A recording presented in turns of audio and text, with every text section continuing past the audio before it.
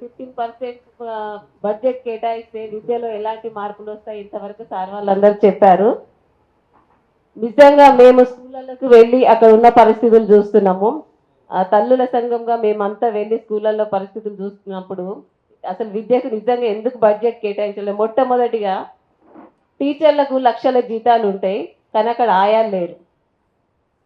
Food పెడతారు, మధ్యాహ్నం భోజనం పెడతారు, దానికి పెట్టేవాళ్ళు లేరు.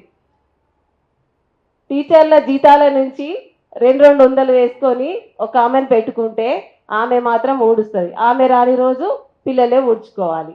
వాష్రూమ్లల్లో వాటర్ కొట్టాలంటే పిల్లలే కొట్టుకోవాలి. చిన్నపిల్లలు వాష్రూమ్కి వెళ్తే అక్కడ కడిగే వాళ్ళు లేరని పంపిస్తారు ఇంటికి. రోడ్డు దాటి వెళ్ళాలి. అలా వెళ్తున్న సమయంలో పిల్లలకి యాక్సిడెంట్స్ ఏమన్నా అవుతాయని చెప్పి చిన్నపిల్లల్ని తల్లిదండ్రులు స్కూల్కే పంపిస్తారు. ఫుడ్ పెట్టాలంటే దానికి కావాల్సిన పరికరాలు కూడా లేని స్కూళ్ళు ఉన్నాయి. మేము చూసాం, ఏదో ఒక చిన్న కటోర తీసుకొని, పలిగిపోయిన కటోర తీసుకొని, స్పూన్స్ లేకుండా అట్లా పెడుతున్నారు పిల్లలకు. అడ్మిషన్స్ తీసుకొని పోతే ఒక హెచ్ఎం గారు అడ్మిషన్స్ బుక్లో రాకుండా నోట్బుక్లో రాసుకుంటున్నాడు. అడ్మిషన్ ఫామ్ అది లేకుండా నోట్బుక్లో రాసుకుంటున్నాడు. ఈ సంవత్సరం వచ్చిన అడ్మిషన్లో 15, 16 వస్తే ఆ నోట్బుక్లో రాస్తున్నారు. ఏమైంది సార్ అడ్మిషన్ బుక్ లేదా అని అంటే తెస్తాము, ఇయర్ ఎండింగ్ వచ్చింది కదా అని మాట్లాడుతున్నారు. వాటర్ సమస్య ఉంది.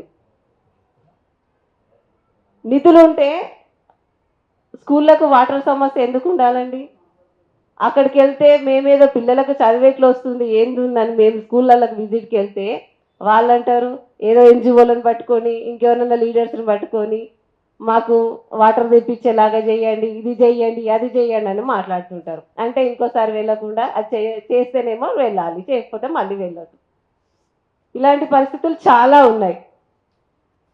పిల్లలే ఫుడ్ పెట్టుకోవాలి, పిల్లలే ఊడ్చుకోవాలి, పిల్లలే వాష్రూమ్స్ కడుక్కోవాలి, అనేక సమస్యలు ఉన్నాయి. ఇంకేంటిదంటే వీటిని పరిష్కరించాలంటే ఇంతకుముందు చట్టంలో, విద్యా హక్కు చట్టంలో ఉన్నట్టు ఎస్ఎంసీ కమిటీ ఉండే, ఇప్పుడు దాన్ని తీసేసి అమ్మ ఆదర్శ పాఠశాల కమిటీలు ఉన్నారు. వాళ్ళేదో పొదుపు సంఘాలు చిన్న రూపాయలు వేసుకొని వాళ్ళేదో చేసుకోవాలంటే ఇప్పుడు ప్రభుత్వం ఏం చేసింది, స్కూళ్ళకి అప్పచెప్పింది. వాళ్ళు ఎందుకు వచ్చి చేస్తారు? ఏదో స్టార్టింగ్లో వచ్చిన 2-3 మీటింగ్లు పెట్టుకుని అయిపోయింది. ఇప్పుడు నెల మీటింగులు జరుగుతున్నాయి. అసలు సమస్యలు ఏమున్నాయి, పిల్లకి చదువేమవుతుంది, అక్కడ ఏం జరుగుతుంది అనేది ఎవరు పట్టించుకునే వాళ్ళు లేదు. మీటింగ్ పెడుతున్నారు, నెలలో 3వ శనివారం మీటింగ్ పెడుతున్నారు, వస్తున్నారు, పేరెంట్స్ రాగానే సంతకాలు పెట్టించుకొని టీచర్ల పని టీచర్లు పంపిస్తారు. ఎందుకంటే పైనుంచి ఆర్డర్స్ ఉన్నాయి కాబట్టి వాళ్ళు సంతకాలు పెట్టుకుంటారు, రిజిస్టర్. పిల్లలను కూర్చోబెట్టి, తల్లిదండ్రులను కూర్చోబెట్టి మీ పిల్లల చదువు ఏమవుతుంది, స్కూల్ ఏమవుతుంది అనేది ఏది చెప్పట్లేదు. ఇలాంటి పరిస్థితులు ఒకటి ఉంటే, ఇంకొకటి అడ్డగుట్ట ఏరియాలో ఉంటాం మేము. చాలామంది పేదవాళ్ళు అక్కడ ఉండే పిల్లలు, గవర్నమెంట్ స్కూల్కి వచ్చే పిల్లలు అయితే తల్లి ఉంటే తండ్రి ఉండడు, తండ్రి ఉంటే తల్లి ఉండడు. వాళ్ళు పొద్దున్న తినేరారు. వాళ్ళకి ఏమైనా మంచి భోజనం ఉందంటే ఆ భోజనం కూడా క్వాలిటీ లేదు, మిడ్ డే మీల్స్లో కూడా. ఇలాంటి సమస్యలు ఉన్నాయి. ఇంకొకటి పేదలు, కనీసం ఈ స్కూళ్ళలోనైనా పంపిస్తే బాగుంటుంది అని చూస్తే ఇలాంటి సమస్యలు ప్రభుత్వ స్కూళ్ళల్లో ఉన్నాయి. వాళ్ళు సింగిల్ పేరెంట్స్, వాళ్ళు ఆడవాళ్ళు అయితే భర్త లేకపోయినా కూడా ప్రభుత్వ స్కూల్కి ఎందుకు ఇలాంటి సమస్యలలో పంపించడం ఎందుకు, మా లెక్క మా బిడ్డలు ఉండొద్దని చెప్పి ప్రైవేట్ స్కూళ్ళల్లో ఇళ్లల్లో పని చేసుకుంటూ చదివిస్తే అక్కడ కూడా అన్ని సమస్యలే ఉన్నాయి. అక్కడ కూడా పిల్లలకు నాణ్యమైన విద్య లేదు, ఇక్కడ లేదు, అక్కడ లేదు. ఇవన్నిటికీ పర్మిషన్ ఇచ్చేది మాత్రం గవర్నమెంటే. సార్ మీకు ఒకటి ఏంటంటే, ఇక్కడ కమిషన్ గారు చైర్మన్గా ఉన్నారు కాబట్టి చెప్తున్నాను, గవర్నమెంట్ స్కూళ్ళల్లో, ప్రైవేట్ స్కూళ్ళల్లో ఈ సమ్ ఏరియాలలో ఉన్న పిల్లలు అయితే మన పిల్లలే సార్.